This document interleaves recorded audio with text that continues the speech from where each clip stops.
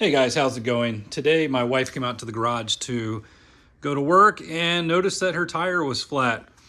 I came out and looked at it and I immediately saw that there is a screw right there in the tire. So what I'm going to do is take this screw out and then I'm going to plug it, and hopefully that will do the trick. But I'm going to show you how to do it. All you're going to need is a tool to get the screw out, or if you have something like that out. I'm going to use some vice grips, but then you need your little tool right here for cleaning out the hole after we take it out, and then you need the plug. So let's get to it. Okay, I'm going to use my vice grips here. We're going to see if I'm able to get any sort of grip on this screw. Oh, it looks like it. Look at that. Came right out instantly. Super easy. Just a little tiny thing, but that is all you need to flatten your tire. So what I'm going to use now is the little tool for going into the hole where that was. You can see it right there. We'll clean it out and then we'll stick in the plug. All right, so the hole is right here. So I'm going to use this little tool.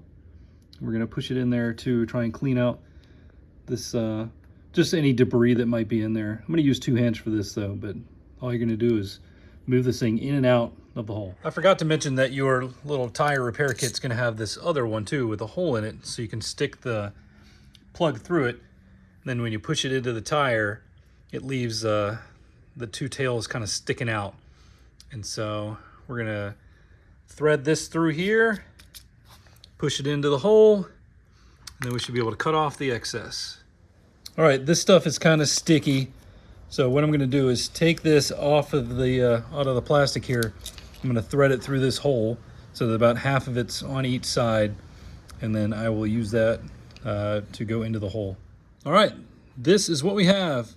And so now I'm just going to push this into the hole, and then I should be able to pull this back out because it's got a little piece at the end that's cut. I don't know if you can see that, but at the end it is separated so that this should be able to come back off or come back out without pulling this out of the hole.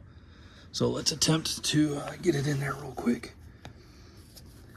May have to use 2 hands, but we'll try it real quick. Yeah, I'm gonna use 2 just for leverage here. All right, so we got the plug in there and got a little bit of tail sticking off. And so what I'm gonna do now is just cut off a little bit. Well, not a little bit, I'm gonna leave a little bit. And I'm gonna cut it off mostly flush. There we go.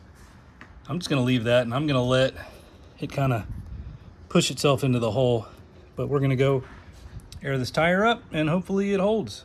Okay, I aired it up, checked for leaks, and it looks to be holding just fine. So anyway, if you have this situation, just know that it's a pretty easy fix. So I'm gonna roll this thing over to my shop and I'm going to air it up properly. Anyway, you guys have a good one. Talk to you later.